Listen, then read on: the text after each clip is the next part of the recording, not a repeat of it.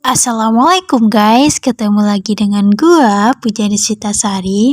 Hari ini gua bakal bahas tentang kisah sahabat Nabi yang bernama Khawlah binti Azur atau sang kesatria pedang Allah berkuda hitam. Kali ini kita bahas sahabat Nabi yang perempuan ya. Oke, tanpa berlama-lama, let's get it. Seperti yang kita ketahui ya guys, bahwa julukan yang diberikan Nabi Muhammad pedang Allah adalah Khalid bin Walid. Lain kali kita bahas ya kisah Khalid bin Walid. Namun ternyata yang mendapat julukan itu bukan hanya Khalid bin Walid saja, tetapi ada juga perempuan yang mendapat julukan tersebut, yaitu Khawlah binti Azur sesuai dengan judul.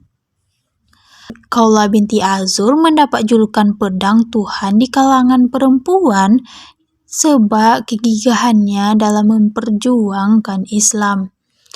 Khawlah binti Azur merupakan salah satu sosok perempuan yang tangguh dan pemberani.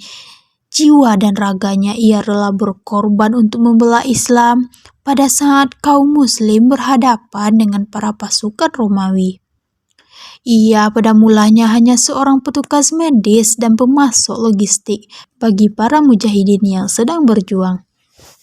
Namun semangat juangnya tiba-tiba muncul ketika ia mendengar bahwa kakak kandungnya yang bernama Dira bin Azur telah ditawan oleh pasukan Romawi. Seperti yang diketahui, Dira binti Azur merupakan orang terdekat bagi Khawlah binti Azur. Seperti yang diketahui, sebab Khawlah binti Azur mempelajari taktik perang dan juga mempelajari pedang serta panah yang diajari oleh Dira bin Azur.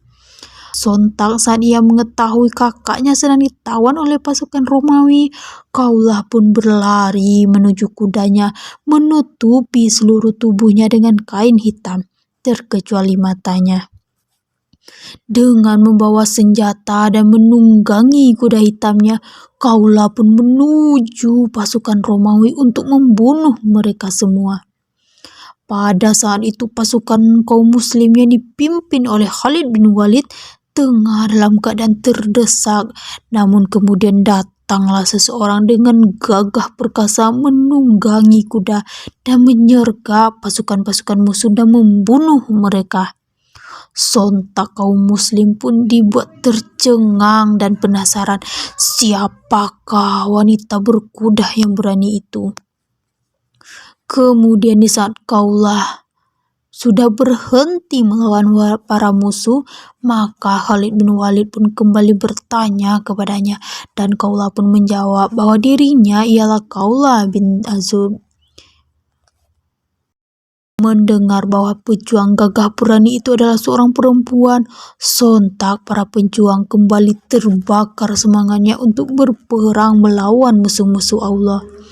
Berkat hadirnya Khawlah binti Azur ini, akhirnya kaum muslimin pun mampu mengalahkan pasukan Romawi. Namun nasib kakaknya belum jelas hingga pada akhirnya setelah Romawi mengajak berdamai, Dira ditawan di rumah karena telah membunuh anak raja.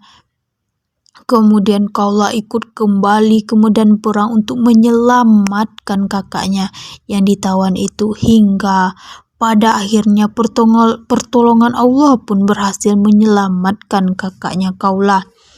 Namun kembali lagi Khawlah juga diuji ketika ia dan kawan-kawan muslimahnya menjadi tawanan pada saat perang Zahura. Mereka ditangkap oleh para tentara Romawi dan menjadikannya sebagai tawanan. Banyak dari kawan-kawan muslimah itu menjadi putus asa dan bingung harus berbuat apa, sehingga Khawlah pun hadir memberikan motivasi kepada mereka.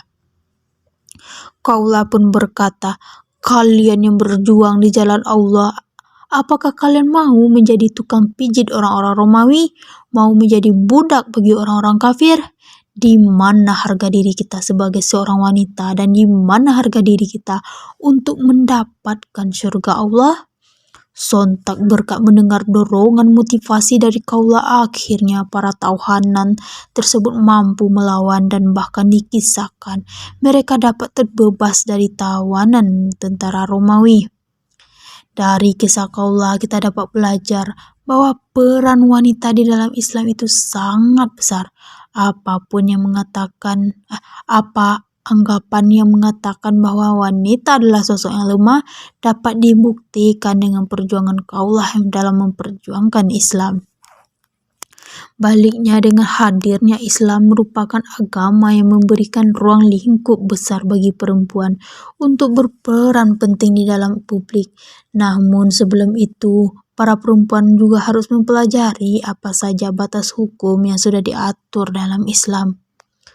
Perjuangan dan kisah ini memberikan banyak motivasi dan perubahan bagi wanita di zaman sekarang. Sebab sekarang derajat wanita dan lelaki menjadi sama dan tidak ada perbedaan. Wanita bisa sama-sama berjuang untuk hal yang harus mereka perjuangkan tanpa rasa takut sedikit pun. Wallahu alam. Jangan lupa like, subscribe, comment, and share ya guys. Sudahi dengan assalamualaikum.